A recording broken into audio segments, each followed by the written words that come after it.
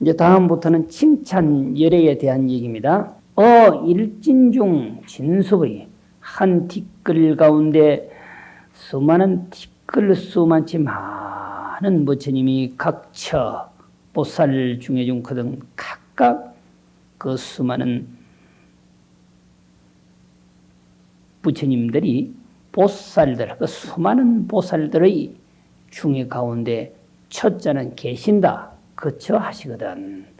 무진법계 진여견하여 끝없는 법계에 티끌 수많지 많은 세계도 또 한 다시 그러하여서 심심제불계에 충만하며 모든 부처님이 다 충만함을 깊이 믿는다.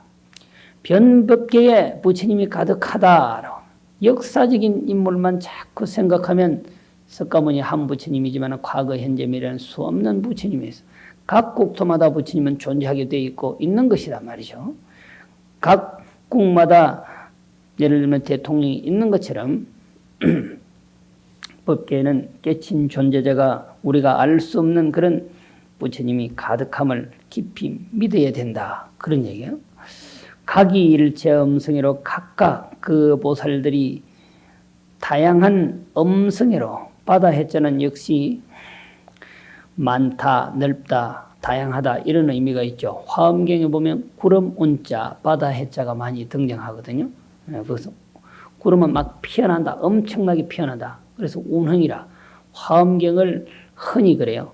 운흥 200문의 병사 2000답이라 구름처럼 200가지 질문을 하면은 병에서 물을 쏟아 부어버리듯이 2000가지 답을 한다. 그러니까 한마디 딱 질문하면은 배가로 한단 말이죠. 주자, 정자 같은 이는 주역을 처음 탁 보고는 야, 이 100가지 법이로구나. 그걸 가지고서도 유학자들은 야, 주의 정자 같은 이가 없다 막 난리거든. 그 우리가 보면 아무것도 아니야. 응? 역학이라고 하는 게 그게 배가로워서 이제 계산을 하는 겁니다. 사상팔계 이렇게 가네. 48, 16 이렇게 64 이렇게 가는 거야. 그러면 화엄경의 배가의 법이라고 하면서 1에서 10, 100, 1000 이렇게 가는 거예요. 그걸 뭐 알고 말고 할 것도 없는데 그걸 알았다고 대단한 것처럼 성인으로 추앙한단 말이에요. 제가 이제 그 유학을 한다고 좀 한 3, 4년 동안 이제 다녀봤어요. 근데 묘하게도 시내에도 그런 선비가 괜찮은 선비가 있었어요. 선비가 있었는데 그건 무슨 뭐 그 사람들에게 곡공 예배하고 싶어서 다닌 것이 아니고 부처님 경전 속에 특히 화엄경 정량소초 중에는 이 제자백가가 엄청나게 등장을 하기 때문에 특히 동양의 뭐 유교, 도교는 기본적으로 등장을 하기 때문에 그걸 이해하기 위해서는 뭐 유교를 어쩔 수 없이 이제 할 수밖에 없었던 그런 입장이었었는데 세상이 좋아지니까 어른들이 시골에 살지 않고 아이들이 출세를 하면 아버지를 다 어머니를 도시로 모셔요. 그러다 보니까 그런 사대부 집안의 어른들이나 유학자들이 도시로 이사를 와서 많이 산다고요. 그래서 여행이 제가 한 3분 정도 괜찮은 선비를 만났는데 그 사람들 생각하고 우리가 생각하는 것하고는 질이 다릅니다. 한마디로 수준이 그렇게 떨어지는 거예요. 처음 가니까 한 선비는 그때 내가 이제 시전을 배울 때인데 그 선비는 왜 결혼을 안 하느냐고. 결혼을 해도 얼마든지 수도를 할 수 있지 않느냐고. 이제 그런단 말이야. 응? 그 사람들은 결혼을 하지 않는 것을 천리를 어기는 거라 그러거든. 하늘의 법리를 어기는 거라. 역행하는 거라. 그래서 이제 뭐 어차피 책 펴놓고 글 배우러 갔으니까 모른 척 하고 있으면 갈 때마다 그런단 말이에요. 그래서 그 선배가 아주 점잖해요. 그래서 제가 그랬죠. 마치 하무득통 선사의 현정 소처럼 말이죠. 세상에 머리를 기르고 살면서 결혼을 하지 않는 것이야말로 천리를 어기는 것이고 수도자가 결혼을 하는 것이야말로 그보다 더 큰 천리를 어기는 것입니다. 그러니까 그다음부터 말을 하지 않더라고. 중이 결혼하면 천리를 어기는 거고 속인이 결혼하지 아니하면 천리를 어기는 거다 말이야. 그러니까 마을에 살려면 결혼해서 아들, 딸을 낳아야 돼요. 머저리가 되든지 천재가 되든지 뭐가 하나는 되거든. 주먹이 세면은 뒷골목에서 행세할 거고 머리가 좋아서 잘 나가면 정치 경제에 도움을 줄 거고 마을에 살면서 그것도 저것도 안 하면 살 필요가 없는 거지. 출가해서 역시 반대 생활을 하면 그야말로 천리를 어기는 거단 말이에요. 그보다 더 이제 앞서서 향교에 가서 글을 배우는데 그때는 대학 중용을 배울 때인데 사설을 배울 때인데 주자가 서문에 뭐라고 해석을 했느냐면은 허무 정멸지교가 혹세무민을 한다는 표현을 쓰거든요. 허무의 교는 도교고 정멸의 교는 불교라고 주자가 표현을 한단 말이에요. 그래서 주자는 천하의 형편없는 사람이라고 내가 막 해부었거든. 아무 소리도 안 해. 그 사람들 그걸 그냥 듣고 있어요. 어른들이 한 소리니까 주자만큼 대단한 성인도 없다고 하는 사람들 아니에요. 그런데 주자만큼 대단한 사람이 없다라고 하면서 그 주자가 하신 말씀을 보란 말이에요. 어찌 불교가 정멸의 교냐. 도교가 허무의 교라고 하면 인정을 하는데 불교가 어찌 정멸의 교냐 말이에요. 정멸의 교라고 하는 것은 뭐겠어요? 자기 수행만을 고집하고 정멸락에 젖어드는 거라. 부처님만큼 정멸락에 젖어드는 걸 경계하는 사람이 누가 있냐고.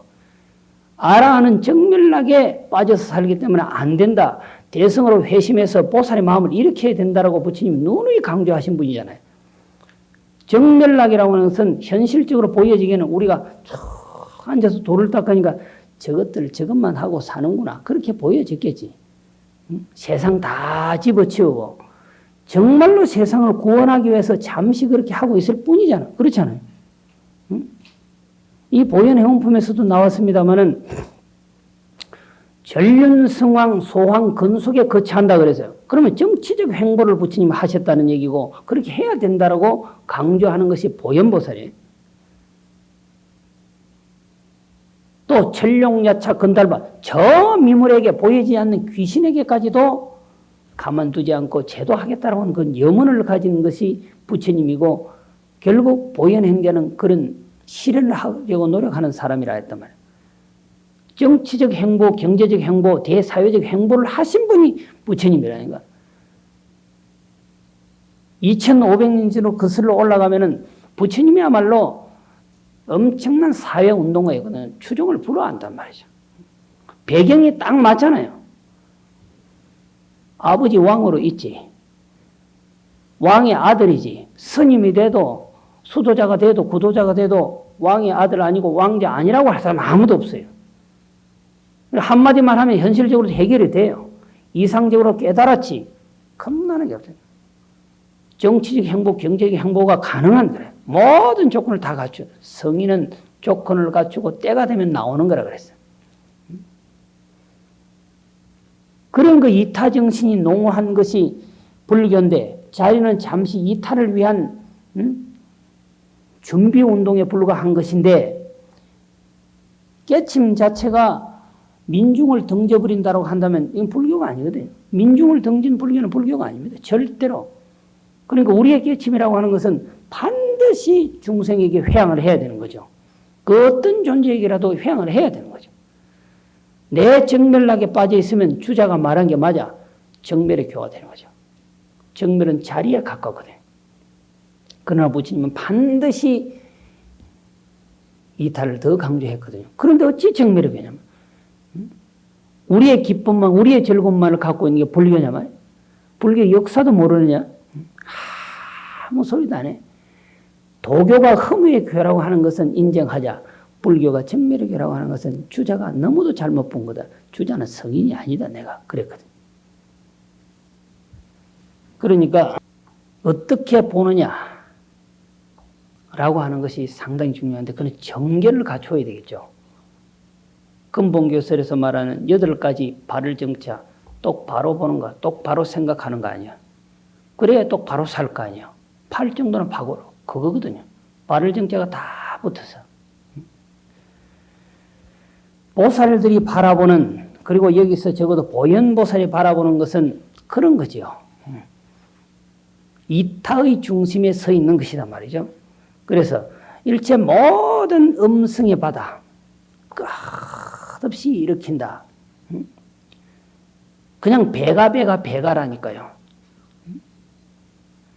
그냥 유학에 대가인 그런 어른들이 역학은 배가로구나, 대성자다, 그거 못 보는 사람이 누가 있냐고. 화엄철학은 결국 일시백천만이거든요. 그래서 구름 문자 바다 해자가 많이 등장해요. 구름처럼 끝없이 피어난대. 바다처럼 넓고 깊다는 이 음성의 바다라 그랬어요. 일체 모든 보살들의 음성의 바다로 보철 넘어진 묘은사에 널리 끝없는 묘한 은사를 토출해내어서 진어 미래 일체 없도록 미래 일체 세월이 다하도록 참불로 심심 공덕하며 부처님의 깊고도 깊은 공덕의 바다를 칭찬한다. 이게 이제 칭찬 열애 아니에요? 그 다음에는 이제 세 번째 광수 공양에 대한 것을 이 개성으로 이제 설명을 다시 하는 겁니다. 여기서부터는 이제 최승 묘화만 하는 것은 광수 공양, 널리 모든 부처님과 모든 존재에게 공양한다. 그랬었죠. 모든 최고 수승한 아주 미묘하고 미묘한 꽃과 만과 그랬어요. 기악과 도향과 급산계임, 악기, 음악, 또 바르는 향 및 산계는, 산이라고 하는 것은 일산, 흔히 말하는 파라솔. 요새 이제 어른 스님들이 큰 행사도 법문하러 가시면 시자가 일산을 받쳐 들죠. 그게 이제 요새 좀 편안하게 양산, 우산 그렇게 나온 거죠. 산과 그 다음에 덮개라고 하는 거예요. 요건 조금 다릅니다만은 천막 같은 이제 그런 것이죠. 개인 여시 최승의 장음구로 이와 같이 가장 수승한 장음의 기구로 아이 공양 제열하면 내가 보현이 말이죠. 모든 열에게 부처님에게 공양하며 최승의복 최승형과 최고로 좋은 그 말이죠. 가장 수승한 의복과 가장 수승한 향과 요 사이 이제 우리나라 뭐 향을 잘 만드는 스님이 한 분 계시대요. 취운향인가 취운향당인가 비싼 건 좋은 건지 좋은 게 비싼 건지 값이 꽤 나가요. 그 보통 마음으로는 부처님에게 올리기가 쉽지 않던데 최고 가는 이 향과 또 말향 가루로 된 이 향과 소향 태우는 이 향과 여등촉을 등불 일일개여 여묘고차야 낱낱이 다 낱낱이라고 하는 말은 일일이라고 하는 말은 결국 공양거리인데 의복이라든가 향이라든가 등촉을 낱낱이 다 묘고치와 같이 해서 어저께 제가 수미산을 묘고라 그런다고 그랬죠. 수미는 묘고고 산은 여기서 취로 해석한 겁니다. 산은 뭉치. 묘고산과 같이 해서 수미산과 같이 해서 엄청나게 많이 한다 그 말이에요. 그냥 대중공양을 하는데 그냥 하는 것이 아니라 엄청나게 많이 한단 말이죠. 같이 하여 아실 공양제라면 내가 다 모든 부처님에게 공양하며 아이 광대 성의심으로 내가 저가 광대하고 수승한 이의 마음으로서 심심일체 삼세불라사 깊이 일체 과거인제 미래의 모든 부처님을 믿어서 실이 보현 행원력으로 다 보현 행원의 힘으로써 보변 공양제 열애로 다 널리 두루 모든 일에게 공양함이로다. 석소주 제악업이 여기부터는 참회업장 참제 업장 부분이 되겠습니다. 이제 네 번째 참제 업장. 모든 업장을 참회하여서 제거한다. 그 부분을 단 한 개송으로서 네 귀절의 한 개송으로서 끝을 맺고 있습니다. 아석소조 죄악업이 저가 아주 옛날부터 쥐어온 모든 악한 행위가 업을 행위라 그렇게 얘기를 합니다. 개유무시 탐진치라 모두 다 비롯함이 없는 탐진치를 원인한 것이라 이유했다.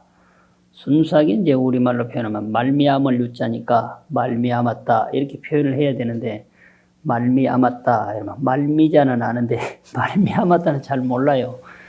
근데 우리가 한글을 제가 볼 때는 거의 뭐 반도 제대로 못 쓰고 있는 것이라고 보죠. 우리말을 우리가 제대로 못 쓰고 있는 거죠. 그래서 말미암았다 이런 것도 상당히 생소한 용어에 가깝죠. 여러분들은 이제 부처님의 말씀을 많이 가까이 하니까 옛날 고전을 대할 기회가 있으니까 이 유자를 말미암는다 라고 하는 뜻으로 이제 해석을 한단 말이죠. 근데 거기가 말미암았다 이런 얘기 잘 안 써요. 현대 언어 사용법에다 조금 잘 안 맞는 것 같으니까 그냥 버려두거든요. 그러다 보니까 우리가 우리말을 사용하는 것이 거의 제한되어 있어요. 지금은 영어 반, 일본어 반 이렇게 막 짬뽕이 돼가지고 남의 말도 우리말 같고 우리말도 남의 말 같고 그렇게 되어 왔죠. 어쨌든 모두 다 비롯함이 없는 아주 오랜 애적부터 탐내고 성질내고 어리석었던 유자 탓이라 그런 뜻이 됩니다.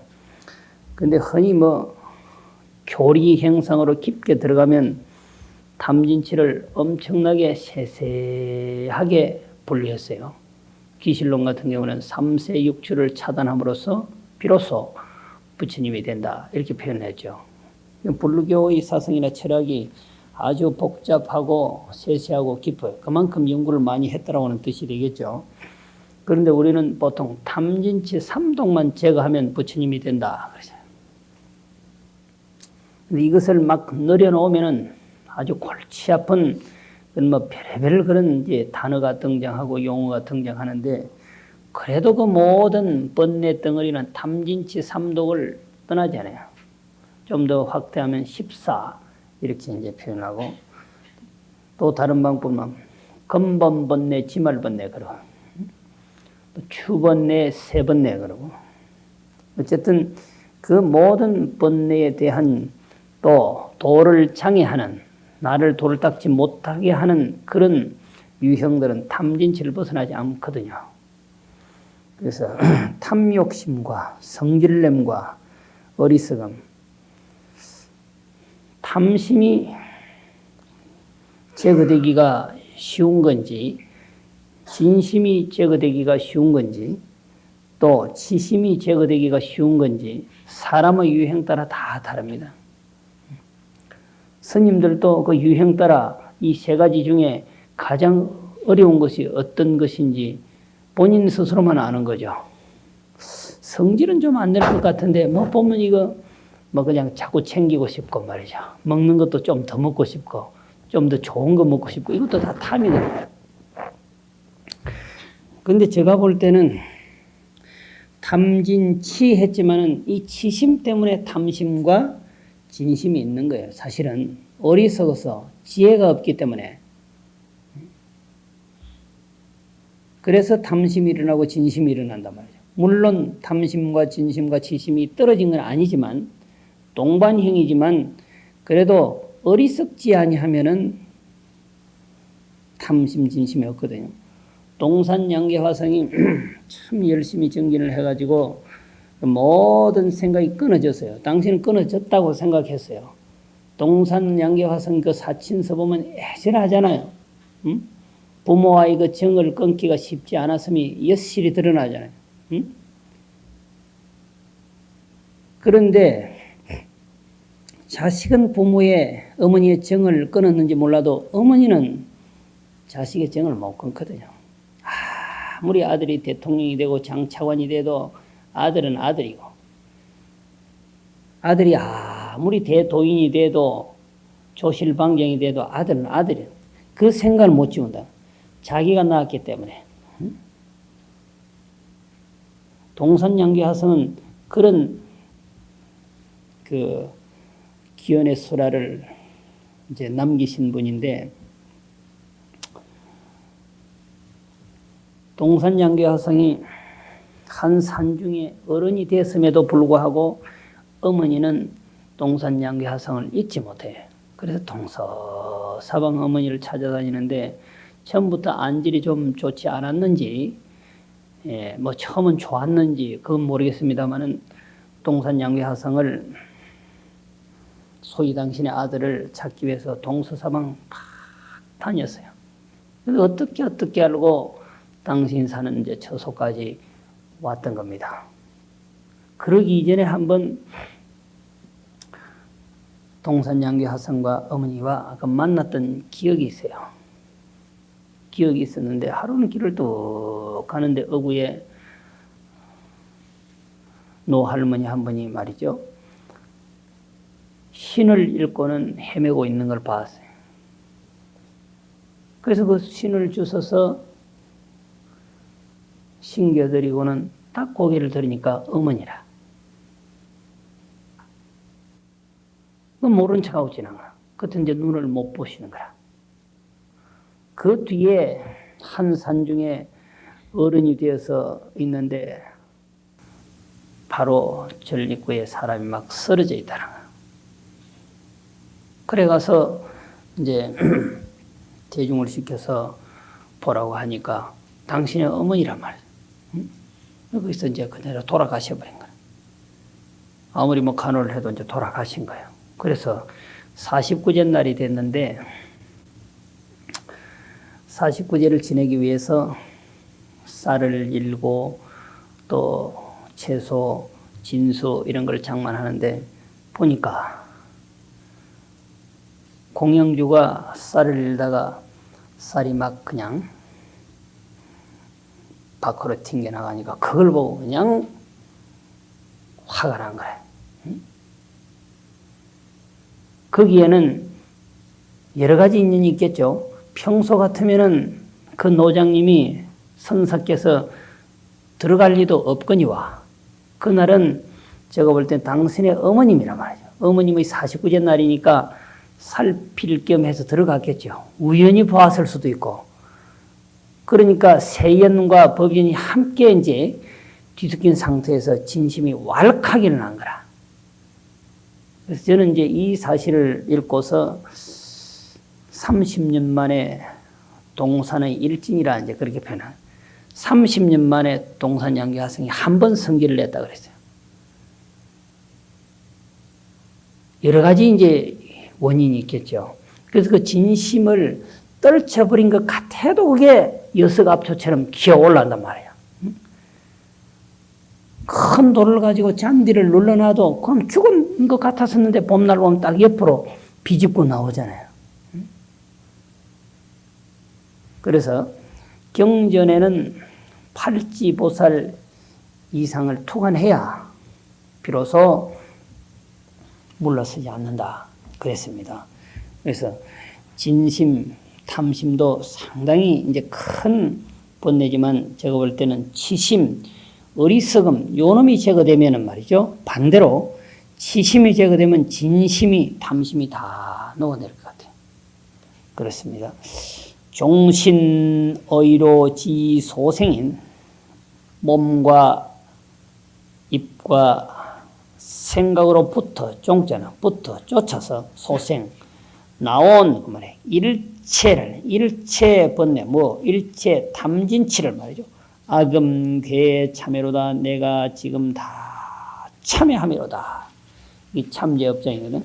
그 다음에 시방일체 재중생하는 거기부터는 수희 공덕이라 부처님의 공덕을 따라 기뻐한다. 사실 전제는 부처님의 공덕을 따라 기뻐한다 이지만은 뒤에 가면은 육도중생 모든 성문 영가 소위 소성 대승의 보살도의 그 공덕도 소성 성자의 공덕도 대성 보살의 공덕도 육도 중생의 공덕도 따라 기뻐한다. 그 나쁜 건 따라 기뻐할 이유가 없단 말이죠. 중생도 가끔 부처 노릇 하잖아요. 부처님은 영원히 부처 노릇을 하고 보살은 영원히 보살 노릇 하지만 우리 중생도 유시에는 부처 노릇도 하고 보살 노릇도 한단 말이에요. 그게 딴막극으로 끝나니까 그게 이제 문제거든. 그러니까 부처님은 영원히 불행이 나오지만 우리는 이랬든 저랬든 이익과 자기 이양과 마주쳐서 나왔던 한순간은 부처의 행위가 보살의 행위가 나온단 말이죠. 이것이 계속 이어져야 돼. 무효 간단하면 돼. 끊어짐이 없이 돼. 그게 이제 수행이 되면 될수록 길어지죠. 그래서 중생들, 소위 육치 중생들의 공덕까지도 따라 기뻐한다. 누가? 보현이 그랬단 말이죠. 그러면 나쁜 것은 그게 공덕이라 할 수 없거든요. 육도 중생들이 좋은 행위, 그 모습은 다 따라 기뻐한다. 그래서 시방의 일체 모든 중생과 이성인 유학과 무학과 이성은 성문 영각이라 그랬어요. 성문들은 고집 멸도 이 사제를 닦아서 성자가 된 이들이고 영각은 12영기, 12인연법, 무명, 행식, 명색, 유깁, 촉수, 애치, 유, 생노사하는 이 12영기를 수행을 해서 성자가 된 이를 연각이라 그럽니다. 그분들이 다 유학이냐 무학이냐 이런 부류인데 제가 말씀드렸던 것처럼 성문, 영각이 모두 다 소승의 성자인데 수다은, 사다함, 아나함은 소승의 유학성자고 아라는 소승의 무학성자라. 더 이상 배울 것이 없다. 수다원은 보통 예류라 그래. 예류. 성류에 겨우 참여했단 말이야. 이제 방부들였단 말이죠. 응? 성인의 부류에 겨우 밀려 들어갔다, 흘러 들어갔다, 방부를 참들였다 이 말이고, 사다함은 불례라, 일례라, 한 번 천상과 인간의 내왕을 하면서 도를 닦아서 성자가 되고, 아나함은 인간과 천상, 소위 욕계 새끼를 내왕하지 않아. 태어나도 욕계 새끼는 오지도 않고 간다라고 하면 못 새끼.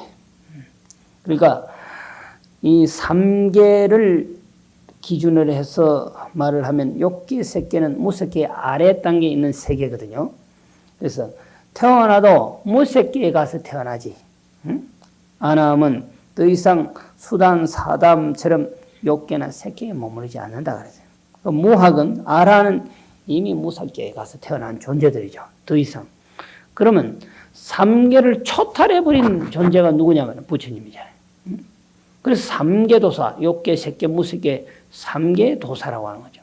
근데 아라는 3계 안에 존재. 그렇게 이제 보셔야 되는데 아라는 무학이라. 그래서 아란을 번역하면 살적이다. 도둑놈을 다 때려 부셔서 죽여버렸다. 그 말이거든. 살적. 그러면 도둑놈을 죽였다라고 하면 어떤 도둑놈을 죽였느냐? 훔치러 오는 놈. 무슨 뭐 지갑 털어가는 놈. 또 무슨 보물께나 되는 무슨 값이나 나가는 그런 보물을 훔치러 온 놈을 때려 죽이는 것이 아니라 번뇌의 도적을 때려 죽였다. 다 때려 죽였다. 그런 뜻이죠. 살적이라. 이제 무시무시한 사람이. 이 아라한의 성류들을 조절하고 통령한 사람이 경허 스님이라고 했어요. 진묵 스님이라고 했어요. 그런 우화가 있죠. 소승의 성자인 성문영각, 소위 유학무학과 일체열애와 여보살의 보살들이 소유공덕이 수위로다 있는 바 그들의 공덕을 다 따라 기뻐함이로다. 여기서는 한 귀절의 개성으로서 수위 공덕에 대한 것을 아주 간결하게 설명을 했습니다. 부처님의 공덕만 수희하는 것이 아니라 따라 기뻐하는 것이 아니라 중생의 공덕도 소승 성문영각의 공덕도 부처님의 공덕도 보살의 공덕도 모두 다 따라 기뻐하는도다. 그래서 중생들이 잘하면 다 좋아해 줘야 돼요. 속인이 잘해도 좋아해 줘야 되고 잘한다 해줘야지. 그거 웃긴다. 이러면 이거 복이 안 된단 말이죠. 응? 내가 저 사람 보고 참 웃기는 놈, 참 웃기네 하면 그 놈도 다음에 아이고 지 웃기는 놈 이렇게 말하거든. 응? 부처님 보고 참 웃긴다 하는 사람 아무도 없죠. 원만한 존재가 되기 위해서는 그래야 된단 말이죠. 그 다음에 청전법륜이라 시방소유 세간 등 하는 거기부터는 청전법륜이라 여섯 번째 법륜이 영원히 굴러가기를 청한다 그랬어요. 시방에 있는 바 세간의 등불이신 세간의 등불이 누구예요? 부처님 말이죠. 세간의 등불은 부처님이시라 등불이신 최초 성취 보리자의 최초의 깨달음을 성취한 존재에게 아금 일체 계획은 청하여 내가 지금 그 일체 부처님께 다 권하고 청하여서 전어무상 묘법륜이로다 위없는 묘한 진리의 수레바퀴를 전해 주시옵소서 했다 이 말이에요. 그러니까 부처님은 최초의 보리를 성취하신 분이라 부처님이 이전에 바라문 성녀들이 돌을 많이 닦았죠. 수행을 많이 했어요. 그런데도 그분들의 깨달음은 석가모니의 깨달음과는 전적으로 질적으로 다르다는 환계라고 하는 얘기 들어보셨죠? 환계, 개를 바친다. 도로. 어쩔 수 없을 때 그 환계의식이라고 하는 게 있는데 이것은 본래 불교에서 나온 게 아닙니다. 이게 상당히 이제 여러 가지 이제 혼돈하는 경우가 많거든요.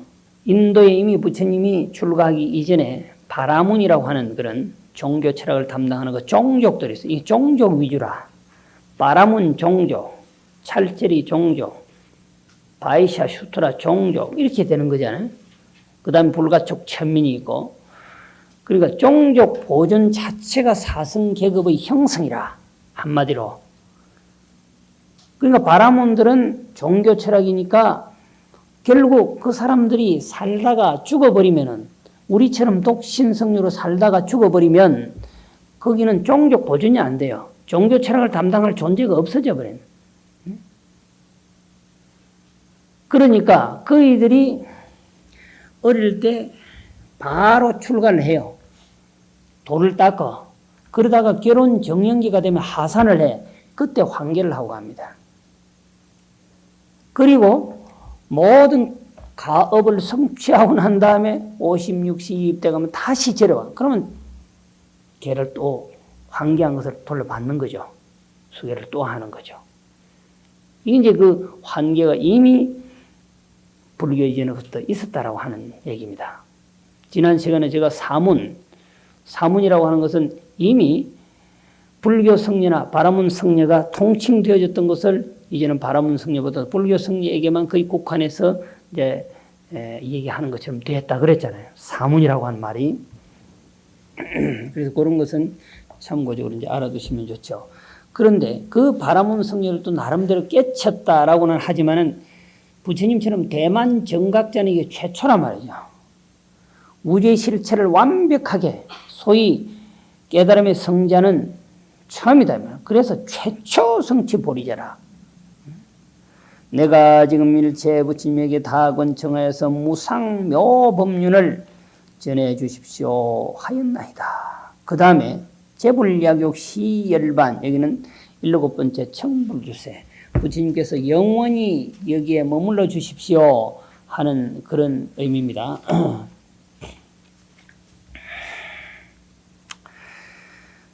모든 부처님이 만약에 열반을 보이고자 할진대 이제 여기서 열반은 돌아가심을 의미하는 거죠. 아실지성이 건청호대 저가 다 지극정성으로 권청호대 유언구주 찰진거봐야 오직 원컨대 부처님께서는 국토에 티끌 수만치 많은 오래도록 세월 오래도록 머물러서 이라 일체 제중생하며 모든 일체 중생을 이익되고 안락되게 해주시며 소유 예찬 공양물과 있는 바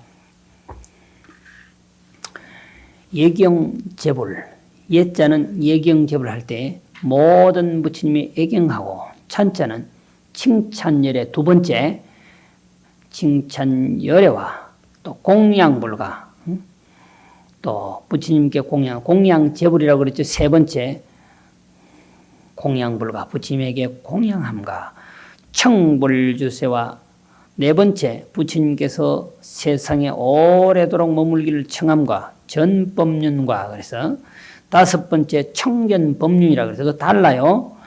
소유 예와 찬과 공양불과 청불주세와 전법륜과 이렇게 해야 돼요. 다섯 번째 부처님의 법륜을 준하심과 수희와 수희 공덕이라 그랬습니까? 수희 공덕. 그 다음에 참제업장, 참회한 모든 성근을 말해. 참회한 모든 성근을 회양중생급 불도로다 중생과 및 불도에 회양함이로다. 아수일체 제1회하고대 여기서부터는 상수불학이라, 항상 부처님을 따라서 배운다라고 하는 앞에 부분을 개성으로 다시 설명하는 거다 말이죠. 저가 일체 열을 따라 배우되 수선 보현 원만행하고 보현의 원만한 행을 수습하고 공양 과거 제1회와 과거의 모든 부처님과 급여 현재 시방불과 급 현재의 시방 부처님과 미래 일체 천인사야 미래 세상에 일체 천상과 인간의 스승이 되시는 부처님께 공양하여서 일체 의락해 원만하면 일체 모든 생각에 즐거워하는 것이 다 원만하게 합니다. 마음에 좋아하는 것, 생각에 좋아하는 것, 이것이 의락이요. 아원보수 삼세하가야 저가 원컨대 널리 과거 현재 미래의 모든 부처님을 따라 배워서 속덕 성취 대보리로다. 속히 대보리를 성취하여지이다. 그랬다고 하는 이제 얘기죠. 상수불학. 이제 아홉 번째는 항순중생인데 소유 시방 일체찰 여기부터는 항순중생. 항상 중생을 수순한다. 그러니까 불안해서 항상 따라다닌다 그 말이에요.